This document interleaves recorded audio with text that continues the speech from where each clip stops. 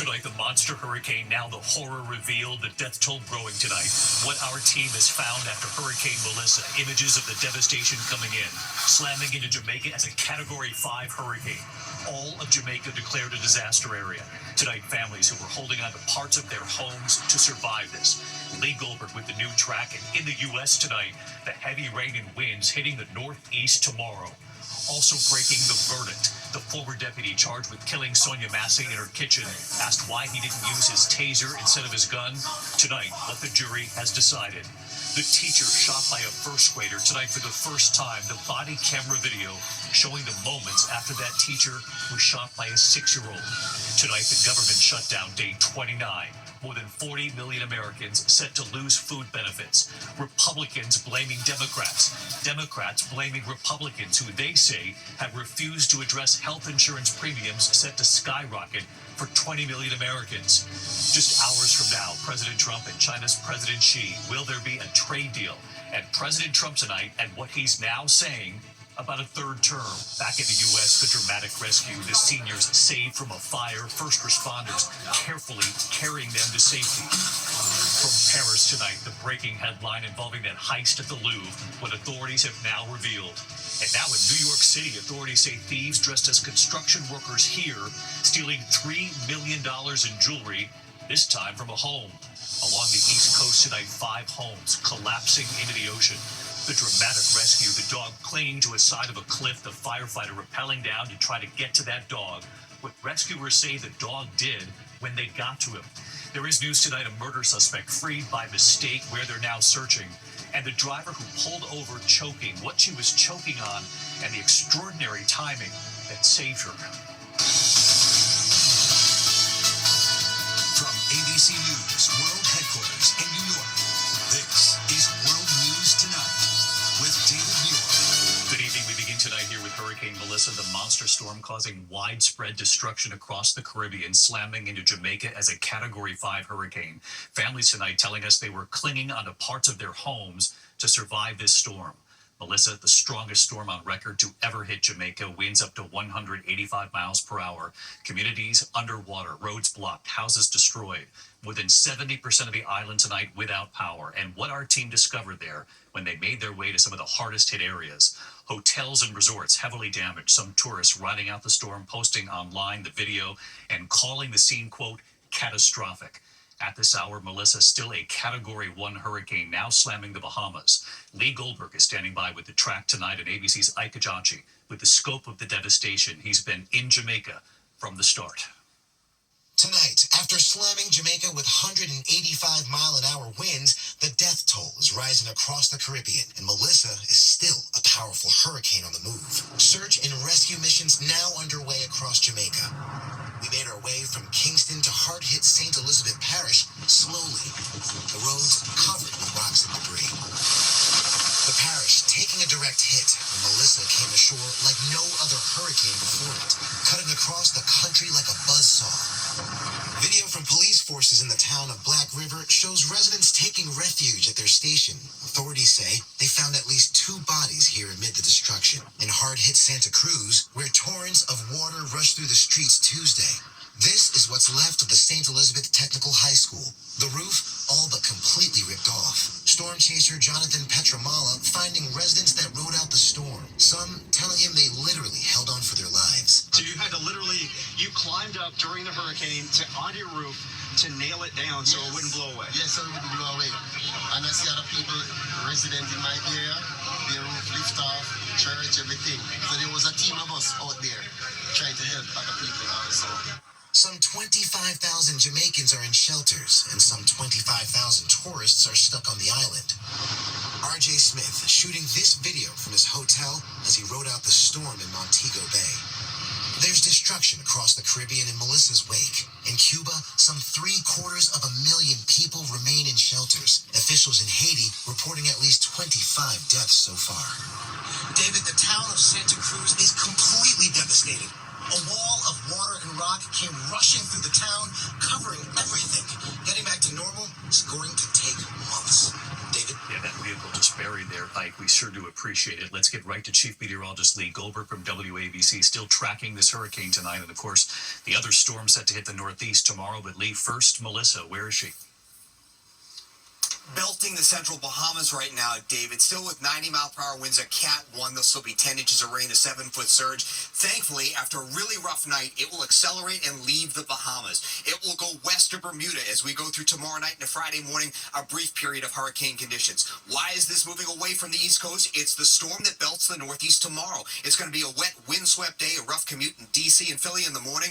New York, probably the heart in the afternoon. Then into New England, we could have a couple inches of rainfall, even 50-mile-per-hour gusts along the coast, and some coastal flooding. See that connection to the tropical moisture. It does move away on Friday. The problem is a lot of wind for trick-or-treaters, gusts to 40 miles an hour. David? Lee Goldberg back with us tonight, Lee. Thank you. The other breaking story, the verdict late today in Illinois. The former deputy charged with killing Sonia Massey in her own kitchen.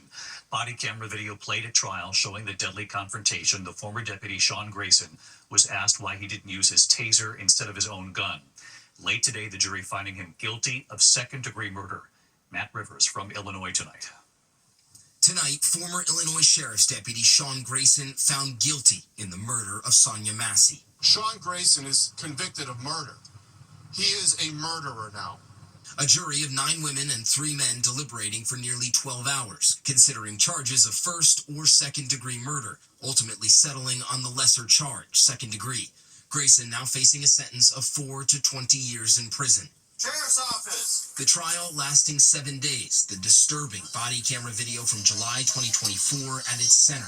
Then Deputy Sean Grayson and his partner responding to Sonia Massey's house near Springfield, Illinois, after she called to report a possible prowler. The situation escalating quickly after the deputies told Massey she could remove a pot of boiling water from the stove.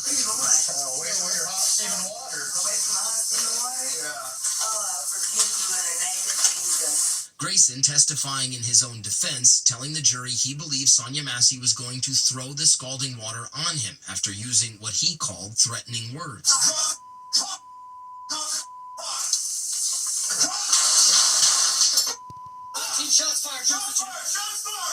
The former deputy asked why he used a gun instead of a taser.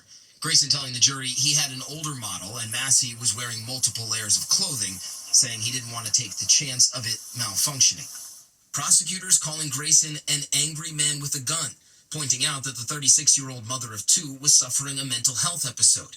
And Grayson's partner testifying Massey never did anything that made me think she was a threat, and that it was Grayson's actions that raised my sense of awareness. Tonight, Massey's family angry the jury did not convict on first-degree murder, still hoping for the maximum possible sentence. The maximum allowable under law for the second-degree murder conviction. He is truly a murderer. And David Grayson was handcuffed and led out of the courtroom, his sentencing scheduled for January 29th. David. Matt Rivers live in Illinois tonight. Matt, thank you. There are harrowing new images here tonight of the case of the teacher who was shot by a first grader in Virginia. For the first time, body camera video showing the moments after that teacher was shot by the 6-year-old. Here's our Chief Justice correspondent, Peter Thomas, tonight. Tonight, we see for the first time the tense, scary moments in the aftermath of a first grader shooting his teacher in an elementary school classroom in Newport News, Virginia in January 2023. There's Abby Zwerner after being shot in the chest and the hand, being carefully lifted by rescue workers trying to save her life. Moments later, she's in the ambulance, sirens blaring.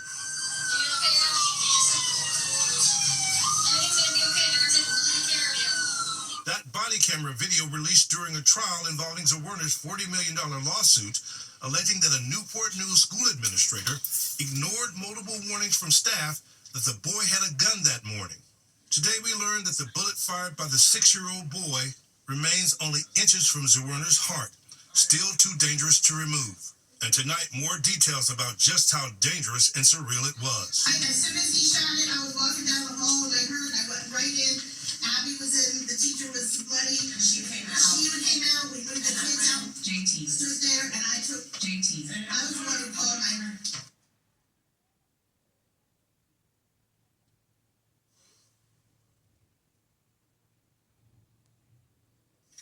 Our apologies on the audio there. Pierre Thomas in Washington, we do thank you for your reporting. We turn now to the government shutdown day 29. More than 40 million Americans set to lose food benefits now. Republicans blaming Democrats.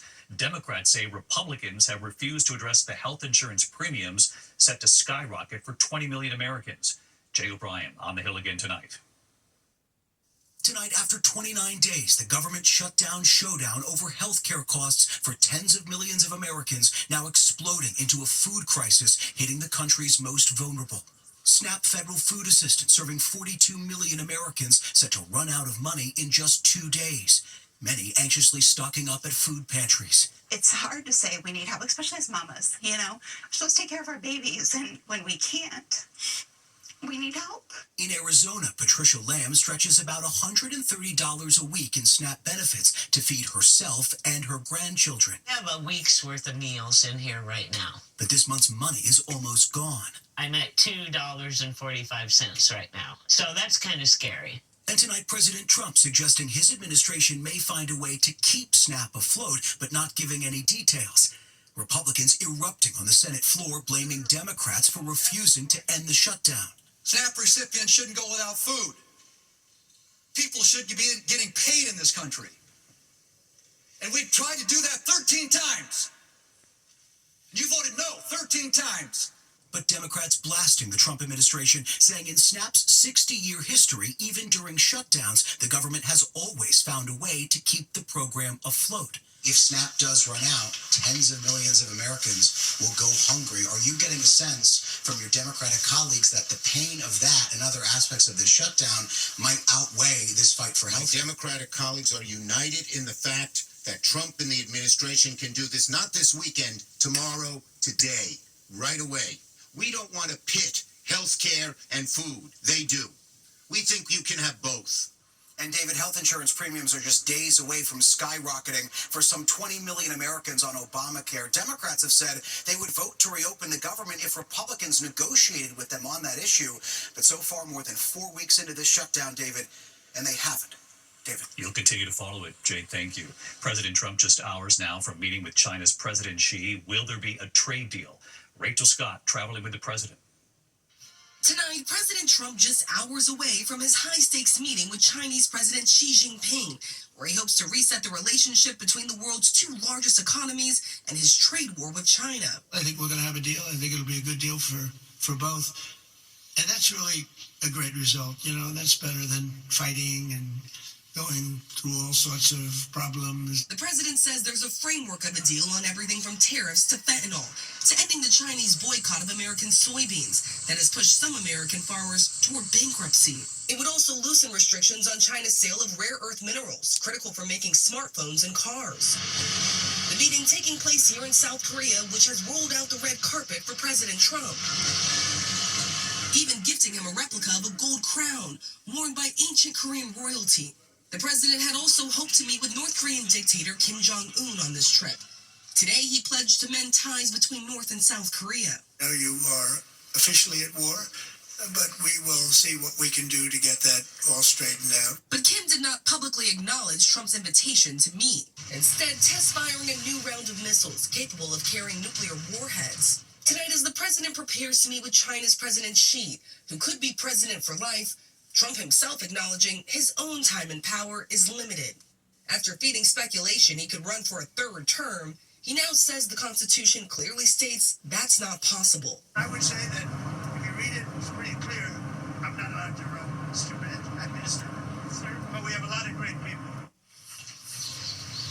President Trump and President Xi will sit down here in South Korea in just a few hours. Meanwhile, back home in the United States, construction of the president's ballroom is well underway after the East Wing of the White House was completely demolished. Tonight, we are learning the president has fired all 6 members of the Art Commission that were slated to review the president's construction projects. David. Rachel Scott traveling with the president. Rachel, thank you. Meantime, back in the U.S. to the economy tonight. For the second time this year, the Federal Reserve now cutting interest rates by a quarter point. That brings rates below 4% for the first time in 3 years. Economists point to inflation picking up and hiring that has slowed. Fed Chair Jerome Powell signaling a potential December rate cut, quote, is not a foregone conclusion. And after major job cuts announced by UPS, Meta, Microsoft, and Google, General Motors tonight now revealing it will lay off more than 1,700 workers in Michigan, Ohio, and Tennessee. Overseas tonight, news about 2 suspects in the brazen jewelry heist at the Louvre in Paris. The prosecutor now saying they have, quote, partially admitted to being involved and have been charged now with armed robbery and conspiracy. Both remain in custody tonight. The manhunt still underway for the remaining suspects. None of the jewels have been recovered. When we come back in New York, the brazen heist here in broad daylight. Again, thieves dressed as construction workers. Authorities say stealing $3 million in jewelry, this time from a home. Where this played out in a moment. Also, the dramatic rescue tonight. The seniors saved from a fire. You can hear the first responders right there carefully getting each one of those seniors to safety. And then look at this tonight. America Strong, the dog clinging, falling off of a cliff, landing on a ledge 40 feet below. The firefighter rappelling down to try to get to that dog, and what plays out in just a moment here. Tonight, the images now emerging of a dramatic rescue that played out at a senior complex outside Detroit. Body camera images showing first responders carefully carrying dozens of seniors to safety. Heavy smoke closing in as they were doing it. All of the seniors making it out okay. Fire destroying much of the building on Friday. That fire is still under investigation. In New York City tonight, police say a group of people, some dressed as construction workers, stealing more than $3 million in jewelry from a home. Police say the suspects broke in through a back door, forcibly removing a safe, escaping in a blue Hyundai. Authorities say the homeowner is a jeweler who was likely targeted. Tonight, an urgent manhunt underway for a murder suspect mistakenly released from jail in Martinez, California, outside San Francisco. Authorities say Isaiah Andrews was facing extradition to Washington State. The sheriff's office says it's now investigating the circumstances surrounding his release. When we come back here tonight, the driver who pulled over because she was choking, what she was choking on, and the extraordinary timing here, how she was saved in a moment. To remind you that 60% of sales on Amazon come from independent sellers, John of Devil Dog will hand out 60 of his treats to 60 good dogs.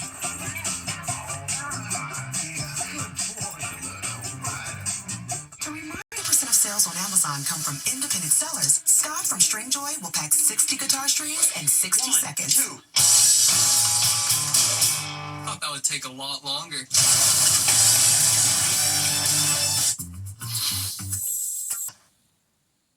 To the index of other news tonight, 5 more homes collapsing into the ocean in North Carolina. Rough surf there along the Outer Banks, knocking the homes off their foundations. No one was in the homes. Authorities warning visitors to avoid the Cape Hatteras seashore because of debris. 16 homes have now crashed into the sea since just last month. Tonight, an officer saving a woman choking on the side of the road outside Chicago in Cook County. The woman in her car choking on a bagel bite, pulling over. The officer happened to be driving by, spotting her, and coming to her aid. This was in Ford Heights, performing the Heimlich maneuver, saving her life. Just incredible. When we come back here tonight, the dog who fell off a cliff, falling 40 feet to a small landing below. Firefighters and what they did to get to that dog. Finally tonight here, America Strong. If you have a German short-haired pointer, you know that they can sometimes get themselves into a bind. Tonight, the firefighters coming to the rescue. Tonight in San Francisco, the incredible rescue on the side of a treacherous cliff. It happened at Fort Funston, overlooking the Pacific. The San Francisco Fire Department responding to a call. A dog, a German short-haired pointer named Zeke, slipping off an oceanside cliff and landing on a narrow ledge 40 feet down. The dog stranded. Fire Station 19, the specialized cliff rescue unit, racing to the scene. The firefighters with their hammers setting up what they call a high-angle rigging system. Firefighter Daniela Romeo bravely stepping over the cliff in her safety harness and rappelling down, making her way down 40 feet to get to Zeke. That firefighter reaching him, putting a safety harness around the dog, and then her team slowly, carefully pulling them both up the cliff. That firefighter and the dog making their way up the cliff one step at a time. That German short-haired pointer finally back on solid ground. Good boy. You can see the Pacific right there behind him. The firefighters walking the dog over to his grateful owner. The two reunited. Tonight, the San Francisco Fire Department, proud of their brave team, proud of the work they do, telling us that dog, the GSP named Zeke, when firefighters finally reached him, he wouldn't stop giving them kisses. Right here tonight. Hi, David. Fire Station 19, firefighter Dave Swanson, and firefighter Daniela Romeo rappelled down that cliff. Every day is a good day whenever we can reunite Omer with his dog safely. Well, we are glad Zeke is back home tonight, and thank you to those firefighters. And I hope Axel's watching this. I'll see you right back here tomorrow. Good night.